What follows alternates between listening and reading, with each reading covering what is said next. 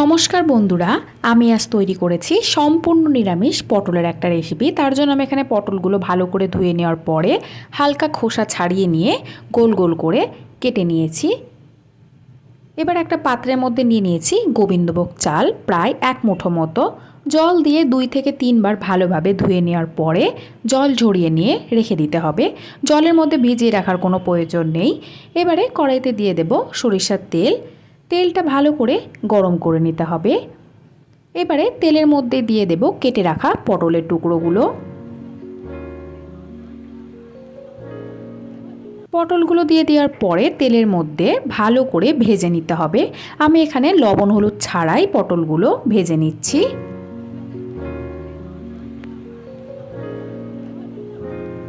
পটলগুলো হালকা করে ভেজে নেওয়া হয়ে গেছে। এইবারে তেল ঝরিয়ে নিয়ে তুলে নিতে হবে।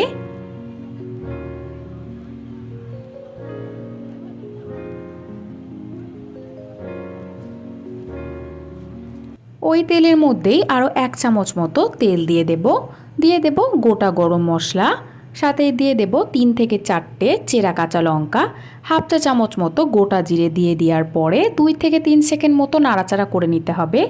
আদা জিরে বাটা দিয়ে দেব 2 চামচ, আপনারা চাইলে গুঁড়োও ব্যবহার করতে পারবেন। 2 থেকে 3 মিনিট মতো নাড়াচাড়া করে মিশিয়ে নিতে হবে। দেখুন অনেকটাই তেল ছেড়ে এসেছে। এই মুহূর্তে দিয়ে দেব পরিমাণ মতো লবণ, হলুদ গুঁড়ো দিয়ে দেব, শুকনো লঙ্কার গুঁড়ো দিয়ে দেব। আবারও ভালো করে নাড়াচাড়া করে মিশিয়ে নেওয়ার পরে কেটে রাখা টমেটো টুকরো দিয়ে দেব।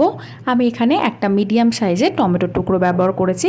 সামান্য পরিমাণে জল দিয়ে নিয়ে মশলাটা ভালো করে টমেটোর সাথে কষিয়ে নিতে হবে। প্রায় 5 মিনিট মতো এভাবে নাড়াচাড়া করে নেওয়ার পরে দিয়ে দেব এর মধ্যেই জল ঝরিয়ে নেওয়া গোবিন্দভোগ চালটা দিয়ে নেওয়ার পরে আরও 5 মিনিট মতো ভেজে নিতে হবে মশলার সাথে।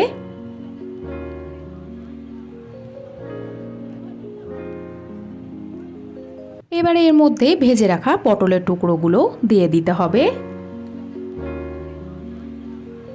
আরও প্রায় 5 থেকে 7 মিনিট মতো এইভাবেই নাড়াচাড়া করে মিশিয়ে নেব মিডিয়াম টু হাই ফ্লেমে রেখে দিয়ে দেবো এর মধ্যেই গরম জল। আপনারা অবশ্যই জলটা নিজেদের আন্দাজ মতনই ব্যবহার করবেন। জলটা দিয়ে নেওয়ার পরে নাড়াচাড়া করে ভালো করে মিশিয়ে নেওয়ার পরে ফুটিয়ে নিতে হবে। এবারে ঢাকা চাপা দিয়ে সেদ্ধ করে নেব সমস্ত কিছু। ঢাকা খুলে দেখে নেব সবজিটা তৈরি হয়েছে কিনা। দেখুন সবজিটা হয়ে এসেছে। আরও একবার নাড়াচাড়া করে মিশিয়ে নেব।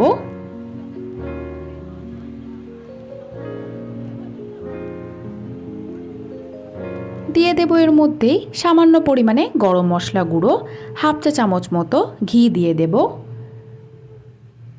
আরও একবার নাড়াচাড়া করে মিশিয়ে নিতে হবে।